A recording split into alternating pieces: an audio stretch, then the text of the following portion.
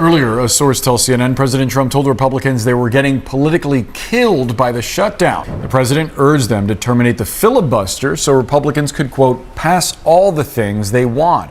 All of this just hours after Democrats had a big election night. President Trump is speaking right now at a business event in Miami. And on the same day, the government shutdown has hit a new record. It's now right now behind the scenes among a group of rank and file senators on both sides to try to figure out if there's any sort of resolution. Is not sufficient in your eyes. What do you think the vote means? It's a vote. Maybe you win, maybe you lose. It goes nowhere. What is important is that we protect the health care of the American people. That's what the issue, not a vote. Got to vote every day here. What does the vote mean? There are Republicans, too, who do agree with what Donald Trump said, that the shutdown had an impact on last night's results and may have even cost them the elections. That's what Senator Lisa Murkowski said to me earlier today as well. Okay, so here's something wild that just happened. Donald Trump, the guy who supposedly runs the Republican Party, just got told no by his own people, like straight up rejected. And we're not talking about some random backbencher from Idaho. We're talking about the Senate GOP leader, the guy who's supposed to be on Trump's team. John Thune, when asked about Trump's demand to kill the filibuster, didn't dance around it, didn't give some politician answer. He just said, and I quote, "It's just not happening." Can you believe this? The Republican Party is eating itself alive right now. And honestly, it's the most entertaining political collapse I've seen in years. But here's where it gets really crazy. This isn't just about the filibuster. This is about something way bigger. Republicans just got demolished in elections across 5 different states: New Jersey, Virginia, Georgia, Mississippi, Pennsylvania. Democrats swept through like a hurricane, and now GOP lawmakers are looking at Trump like, dude, what did you do to us? Because here's the thing. Trump forced the government shutdown. He went all in on this strategy, thinking it would make him look strong, thinking Americans would blame Democrats. But before we go any further, real quick, let's be honest. You can't really trust mainstream media anymore. That's why we built Pump Politics, to bring you real stories, real context, and no corporate spin. If you want to stay ahead of the headlines, join our free newsletter. We'll send the news straight to your inbox every day. Just click the link in the description to join. And if you just want to support what we're doing, join us, be part of the community that actually cares about the truth. All right, let's get back to the video. I think you're right in that what we've heard from voters is that affordability remains a chief concern, even though it's a big part of the reason that President Trump was elected, right? 50-50 on who to blame, and maybe even more blaming the Democrats on the shutdown. But I don't think that was the issue for the losses yesterday. I think it's the galvanized Democrats and swing voters who don't see an improvement in the economy. He claims not to have inflation, but it has not stayed at the Fed's 2% goal. And it backfired spectacularly. Like, imagine pushing all your chips to the center of the table and then watching the dealer flip over your losing hand. That's what just happened to Trump.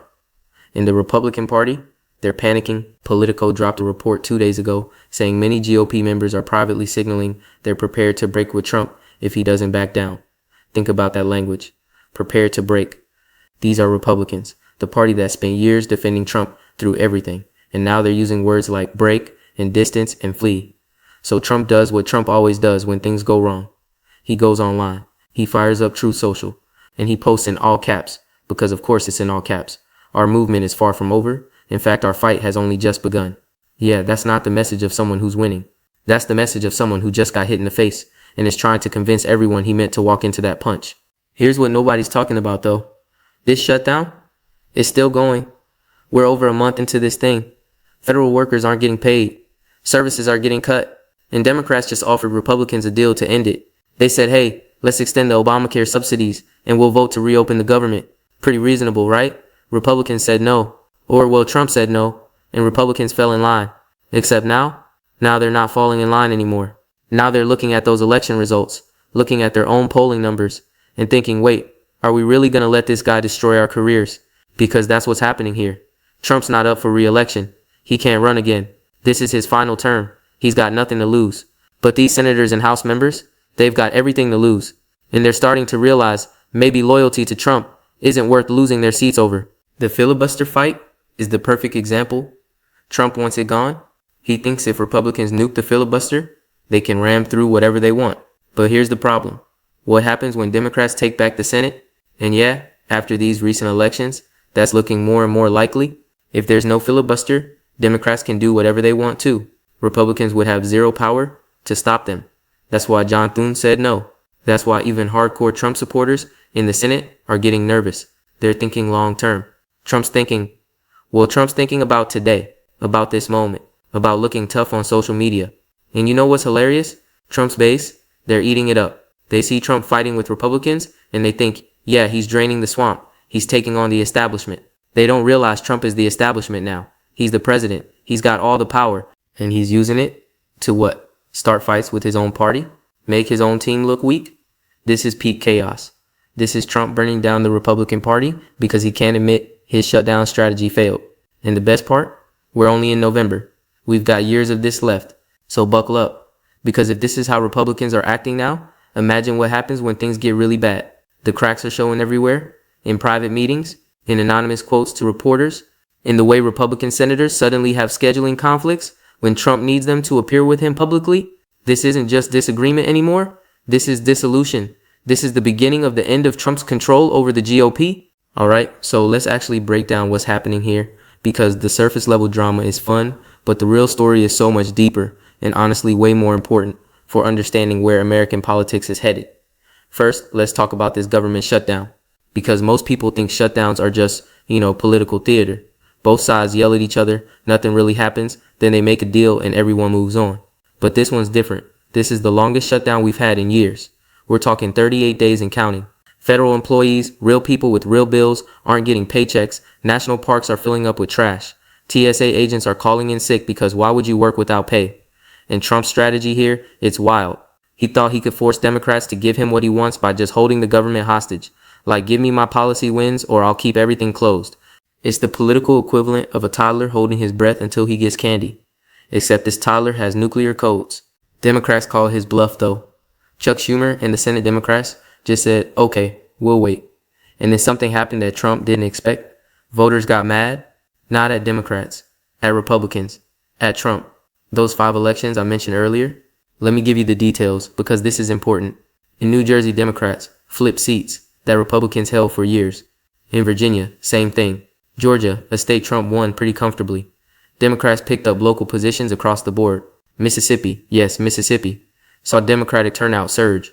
In Pennsylvania, forget about it. Democrats cleaned up. Now elections happen all the time, right? But these were special elections, off-year races. The kind of elections where typically nobody really shows up except the most motivated voters.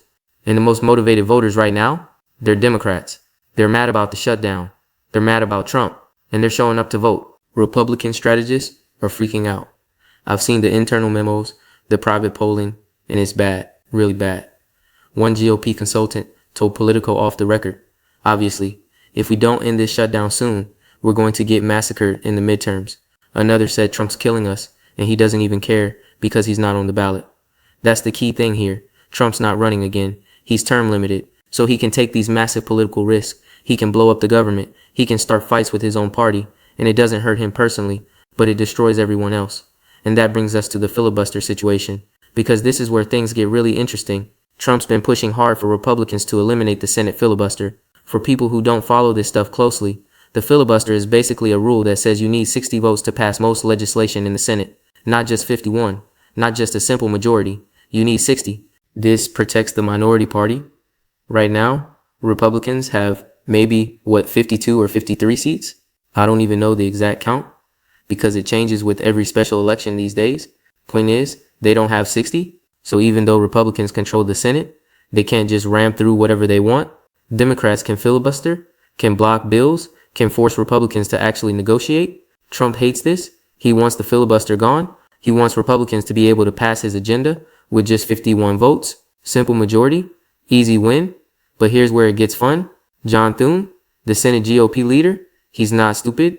He knows if Republicans kill the filibuster now, when they're in power, it'll come back to bite them later when Democrats take control. And after these recent elections, that might happen sooner than anyone thought. So Thune tells NBC News flat out, it's just not happening. He's not even pretending to consider it.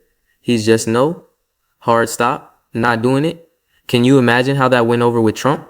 The guy who demands absolute loyalty, who fires anyone who disagrees with him, just got told no by the leader of his own party in the Senate.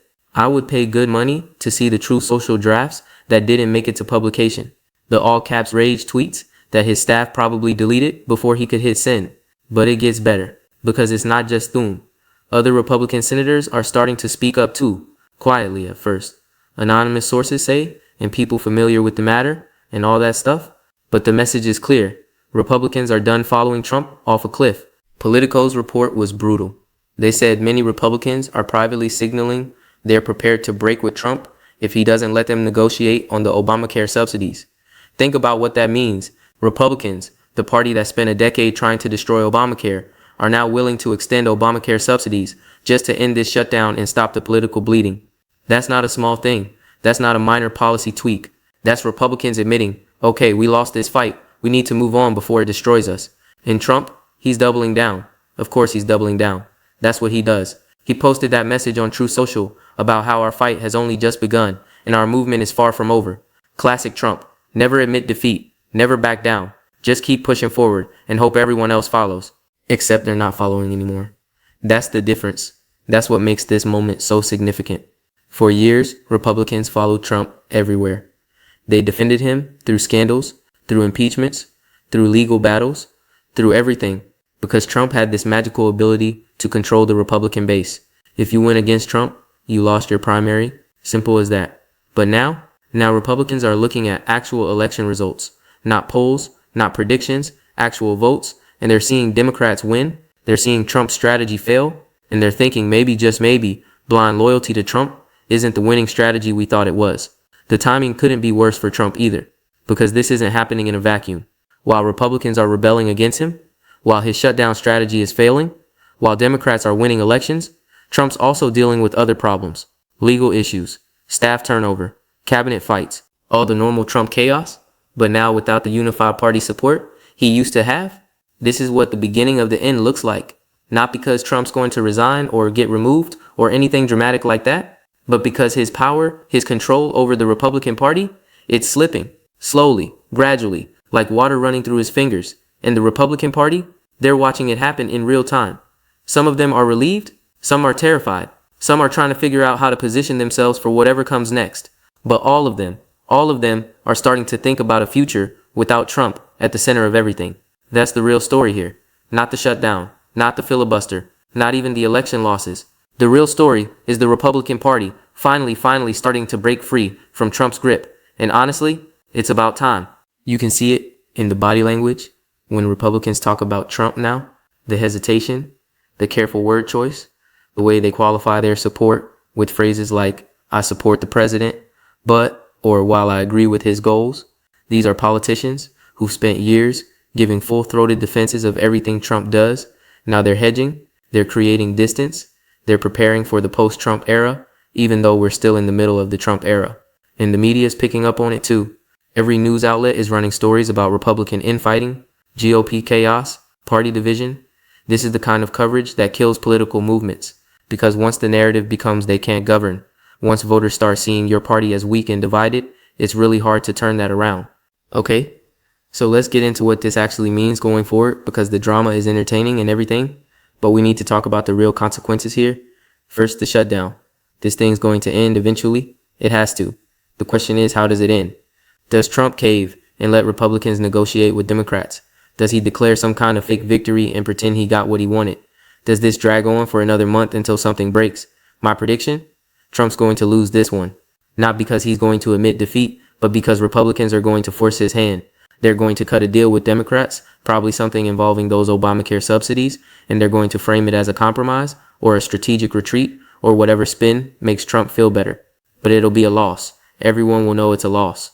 And that matters, because Trump's whole brand, his entire political identity, is built on winning, on being the tough guy who never backs down, on making deals and coming out on top. When he loses, when he's forced to accept a deal he doesn't like, it chips away at that image. It makes him look weak. And in Trump's world, looking weak is the worst thing possible. The 38-day shutdown, that's not just a number. That's 38 days of federal workers struggling to pay rent. 38 days of government services grinding to a halt. 38 days of Republicans having to defend an increasingly unpopular position. Every day this continues, Trump loses more leverage. Every day this continues, more Republicans start thinking about breaking ranks. Second, the filibuster fight. This one's done. Trump lost. John Thune killed it with 4 words.